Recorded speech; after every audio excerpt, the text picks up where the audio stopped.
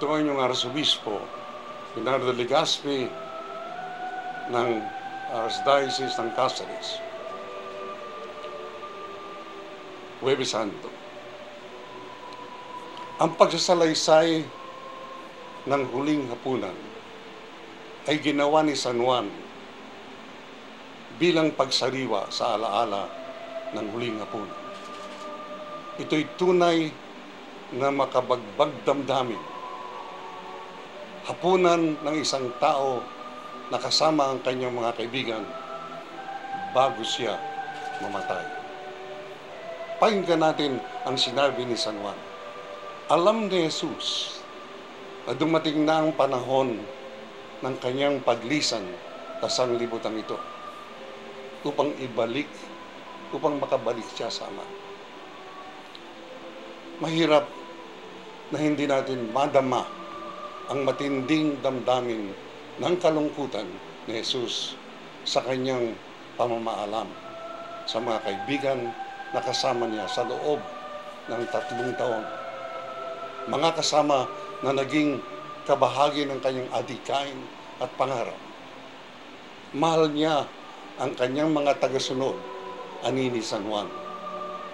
At ngayon ay ipakikita niya kung hanggang saan ang kanyang pag-ibig sa kanila. Papaano at ano-ano ang mga katunayan ibinigay ni Jesus sa kanyang mga tagasunod? Ang unang patunay ay ang mismong hapunan. Maraming kainan ang kanilang pinagsaluhan, subalit espesyal ang hapunan ito, sapagkat ito ang hapunan bago siya mamatay. Ito ang huling hapunan. Ito ang kanyang despedida. Ang hapunan ito ng Pasko ay hapunan ng isang mag-anak. Nais ipahiwatig ni Jesus na ang mga apostoles ay kanyang mag-anak.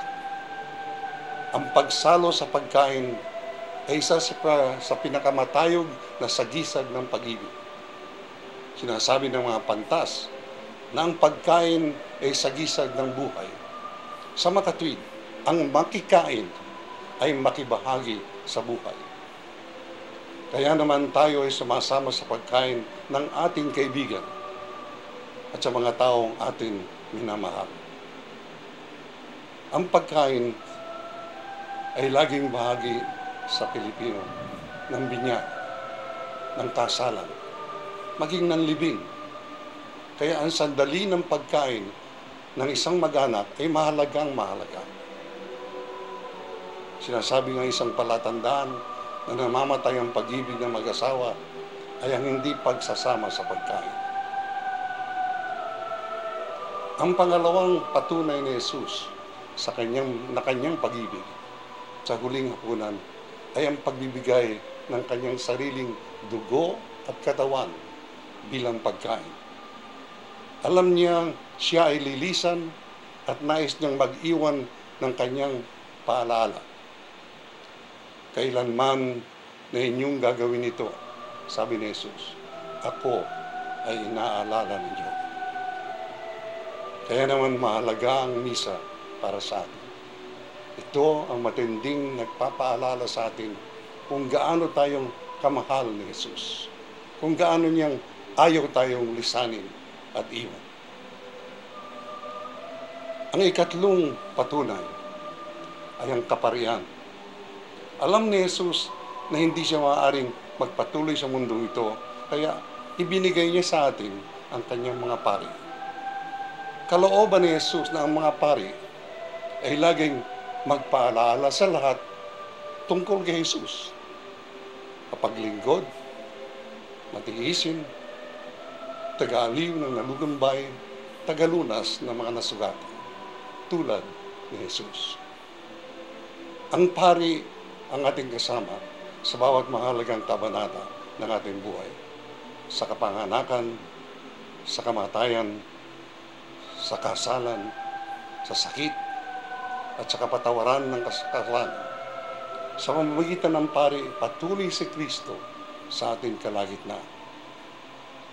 Kapag ang isang pari ay tunay na tulad ni Kristo, mapapalad tayo. Ang isang paring kaibigan ay isa sa malalaking biyaya ng buhay Kristiyano. Ang pang-apat na patunay ng pag-ibig ni Jesus sa huling hapunan ay ang biyaya ng Espiritu Santo. Kailangan ako ay lumisan, sinabi ni Jesus sa kanyang mga kaibigan, subalit ipadadala ko sa inyo ang banal na Espiritu upang manahan sa inyo. Sa inyong mga pagsubok, sa inyong suliranin, sa tuwing ang kakailanganin ninyo ang tulong, naririyan palagi ang Espiritu Santo upang bigyan kayo ng aliwin. Nakalulungkot ng Espiritu Santo ay madalas natin nalilimutan. Subalit siya ang pinakamalaking biyaya ni Jesus sa atin. Di ba malaking kasiyahan na malaman na walang suliranin na hindi malulutas sa mag-anak, sa trabaho, ano pa man kagusutan sapagkat katabi natin ang Espiritu Santo. Sa tuwing kailangan natin magpasya, sa tuwing ang nais natin malaman ang kalooban ng Diyos para sa atin, alam natin ang Espiritu Santo ay laging umaalalay sa atin sa kanyang pag-ibig. Isa pang biyaya ni Jesus ng huling hapunan ay ang biyaya ng bagong utos. Isang bagong utos ang ibinibigay ko sa inyo, mag-ibigan kayo. Kung paanong inibig ko kayo, gayon rin naman mag-ibigan kayo. Kung kayo'y mag-iibigan, makikilala ng lahat na kayo'y mga alagad ko. Yan ang sinabi ni Jesus. At upang maipakita niya sa gawa ang kautusan ito, hinugasan niya ang kanilang mga paa. Ito nga ang atin nakikitang ginaganap at susunod na akto sa pagsamba ng Holy Thursday, ang paghuhugas ng mga paa.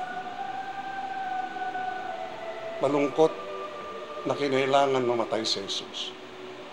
Subalit sa kanyang kamatayan, sa kanyang paglisan, nag-iwan siya ng mga biyaya na makatutulong na mapagaan ang buhay sa mundo ito at kagilig-gilig ang makisama sa ating kapwa. Ibinigay niya ang misa, ang mga pari, ang Espiritu Santo at ang pagkakaisa ng mga magkakapatid. Ano ang ginagawa natin sa mga biyayang ito? Ating mana, buhat kay Jesus,